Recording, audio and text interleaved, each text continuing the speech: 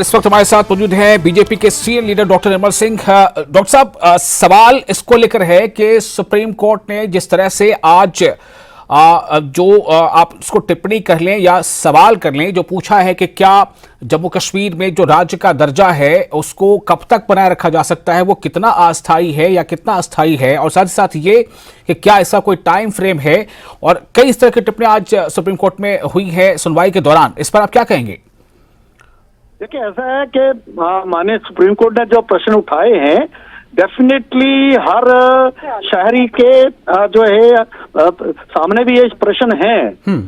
और लेकिन इसको उस दृष्टि से देखना पड़ेगा कि जिस प्रकार के हालात यहाँ पर थे उसके कारण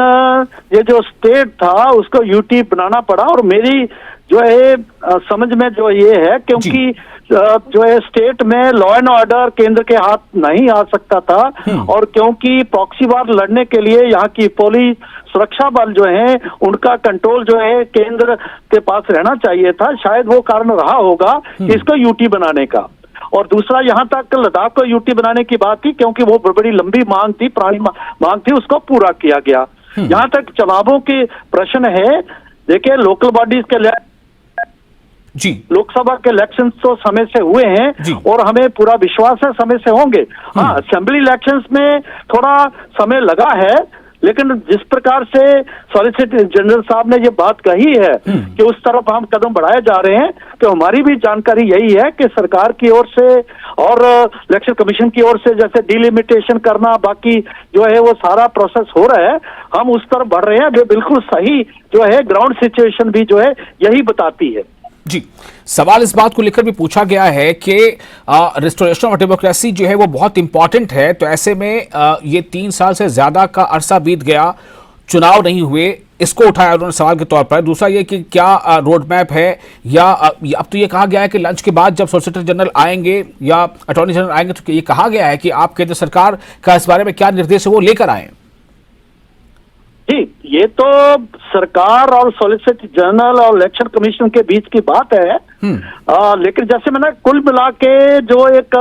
अप्रोच है सरकार की, इलेक्शन कमीशन की, और यहाँ जो स्थानीय स्तर पर जो सारी हमारे सामने ध्यान में बातें आ रही हैं, वो चुनाव हो इस तरफ हम बढ़ रहे हैं। उपयुक्त समय क्या है, शायद उसके निर्णय की लेने की जरूरत है, और उस तरफ जो है सरकार जो है उसका इंतजार कर रही है कि सारे पक्ष जो है उनको देखते हुए किस प्रकार से यहाँ पर चुनाव किए जाएं।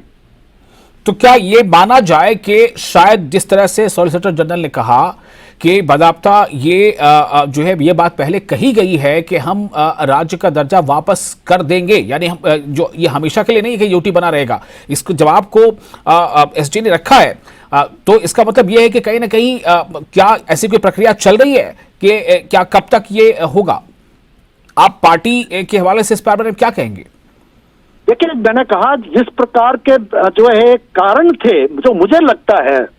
कि यूटी बनाने का एकमात्र जो कारण लगता था वो ये था, एक तो लद्दाख की जो मांग थी उसको पूरा करना था, और दूसरी ये था कि यहाँ पुलिस लॉ एंड ऑर्डर जो है सेंट्रल जो है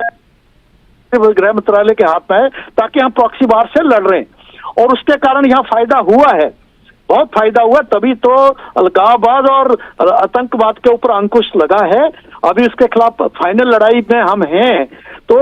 मुझे लगता है कि जब भी ये उपयुक्त समय आएगा कि रूटीन की जो लॉ एंड मशीनरी है स्टेट की, उससे डील करने में सक्षम रहेगी, तब जो है ये जो है स्टेट का दर्जा बहाल होगा, इस प्रकार का मेरा मानना है। जी,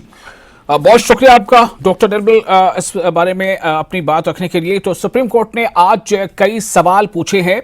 और सवाल के साथ साथ ये भी कहा गया है कि लंच के बाद जब इसकी हियरिंग दोबारा शुरू होगी कि आप केंद्र सरकार से इस बारे में क्या तैयारी है या क्या रोड मैप है, इस बारे में निर्देश लेकर आए।